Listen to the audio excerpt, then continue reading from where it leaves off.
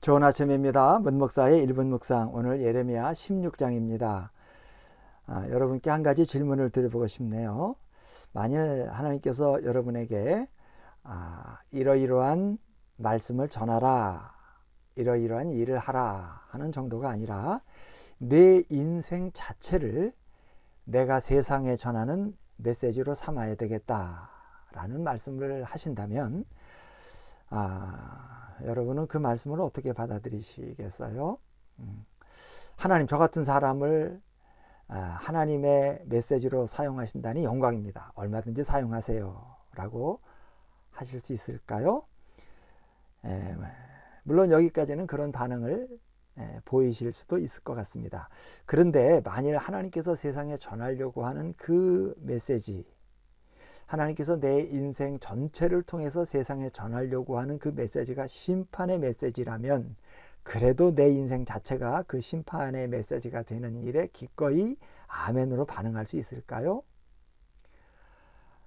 만약에 아멘이라고 반응을 하신다면 그분은 둘 중에 하나일 것 같습니다. 정말 믿음의 영웅이거나 아니면 뭘 잘 모르는 사람일 것 같아요. 오늘 그런 일이 일어납니다. 하나님께서 예레미야에게 이런 명령을 하십니다. 2절 말씀을 보니까 너는 이 땅에서 아내를 맞이하지 말며 자녀를 두지 말지니라. 하나님께서 예레미야에게 결혼 금지 명령을 내리십니다. 유다 왕국에 대한 심판을 예레미야의 삶을 통해서 시청각으로 보여주시겠다는 겁니다. 내 삶이 하나님께서 누군가를 심판하시는 심판의 내용이 되어야 한다는 것은 당사자로서는 너무나 고통스러운 일입니다. 고대 이스라엘 사회에서 독신과 무자녀라는 것은 정말 드문 일입니다. 거의 전례가 없는 일입니다. 히브리 구약 성경에 독신이라는 말을 표현하는 단어도 없답니다. 독신과 무자녀라는 것은 불행과 수치, 그리고 하나님의 저주로 간주되던 시대입니다. 그럴 수밖에 없는 것이 오늘같이 무슨 사회보장 제도가 있는 것도 아니고 노년의 삶을 국가가 보장해 주는 정책도 없던 고대 시대에 결혼을 하고 자녀를 두어서 가족을 이룬다는 것은 한 사람의 삶에 있어서 절대적인 안전장치입니다.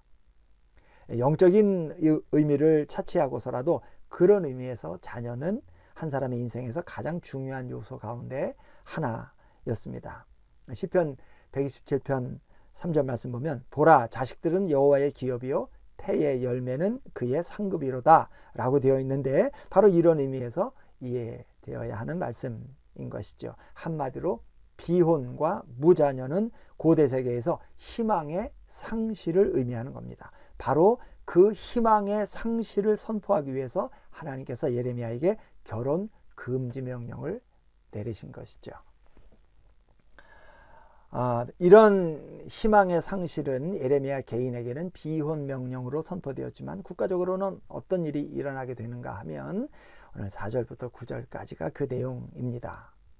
그들은 독한 병으로 죽어도 아무도 슬퍼하지 않을 것이며 묻어주지 않아 지면의 분토와 같을 것이며 칼과 기근에 망하고 그 시체는 공중의 새와 땅의 짐승의 밥이 되리라. 여호와께서 이와 같이 말씀하시되 초상집에 들어가지 말라. 가서 통곡하지 말며 그들을 위하여 애곡하지 말라. 내가 이 백성에게서 나의 평강을 빼앗으며 인자와 사랑을 제함이라.